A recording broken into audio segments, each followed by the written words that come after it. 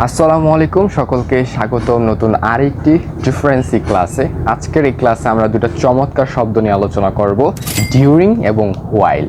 যে during while যখন প্রায় একই অর্থ প্রকাশ করে, বাট এদের মধ্যে স্ট্রাকচারগত ডিউরিংয়ের পরে এক ধরনের স্ট্রাকচার বসবে এবং হোয়াইলের পরে আরেক ধরনের স্ট্রাকচার গঠন হবে ইংরেজিতে।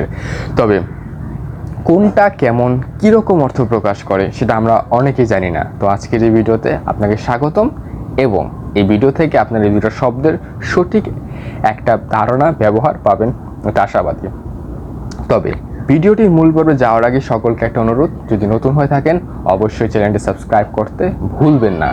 তো চলুন আমরা প্রথমে আলোচনা করব ডিউরিং দিয়ে। তাহলে ডিউরিংটা আসলে কি বোঝায় সেটা আমরা জেনে নিই। ডিউরিংয়ের সাথে ক্লোজ না বসে ফ্রেজ বসে, অর্থাৎ ডিউরিংয়ের পরে ক্লোজ না বসে ফ্রেজ বসে। আমি ক্লোজ কি সেটা বলি, সাবজেক্ট ভার্ব নিয়ে যখন একটা অর্থ প্রকাশ করবে সেটা হলো ক্লোজ। আর ফ্রেজ বলতে যেটা নাউন দিয়ে শুরু হতে পারে, অ্যাডজেক্টিভ দিয়ে শুরু হতে পারে, অর্থাৎ নাউন দিয়ে কয়েকটা বাক্য নিয়ে শুরু হতে পারে। মানে ফ্রেজে কোনো প্রকার ভার্ব থাকবে না, কোনো প্রকার সাবজেক্ট থাকবে না, কিন্তু ক্লোজে সাবজেক্ট থাকবে, ভার্ব থাকবে। তবে এখানে বলছে ডিউরিংয়ের পরে ক্লোজ না বসে ফ্রেজ বসবে।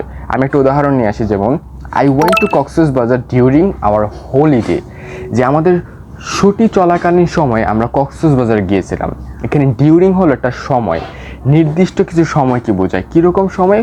হলিডে, মানে ছুটির দিনগুলোয়, যখন ছুটি চলছিল সেই দিনগুলোয় আমরা কক্সবাজার গিয়েছিলাম। কক্সবাজার ঘুরতে আমরা সেখানে উপভোগ করতে গিয়েছিলাম। তো ডিউরিং বলতে বোঝানো হয় কোনো একটা নির্দিষ্ট সময়, কোনো চলাকালীন সময়ের মধ্যে কোনো কিছু করা।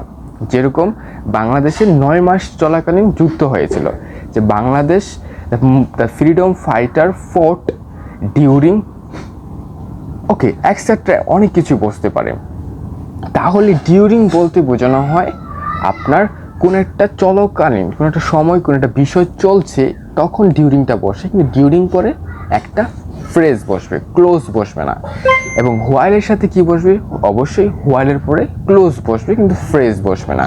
আমি উদাহরণ নিয়ে আসি, যেরকম I went to Cox's Bazar while I was on Friday holiday. যে আমি কক্সবাজার গিয়েছিলাম যখন আমার বন্ধের দিন ছিল। তাহলে এখানে যখন ডিউরিং দিয়েও সেই যখন অর্থ প্রকাশ করছে, হোয়াইল দিয়েও যখন অর্থ প্রকাশ করছে। তবে ভিন্নতা হলো ডিউরিংয়ের পরে ফ্রেজ বসবে আর হোয়াইলের পরে আপনার ক্লোজ বসবে। যেখানে while I was on my holiday, যে আমার ছুটির দিনগুলোতে আমি কক্সবাজার গিয়েছিলাম। তাহলে পরিসংখ্যানে সংক্ষেপে যদি বলি, ডিউরিং এবং হোয়াইল অর্থ যখন ব্যবহার হবে, তবে ডিউরিংয়ের পরে বসবে ফ্রেজ আর হোয়াইলের পরে ব্যবহার হবে ক্লোজ।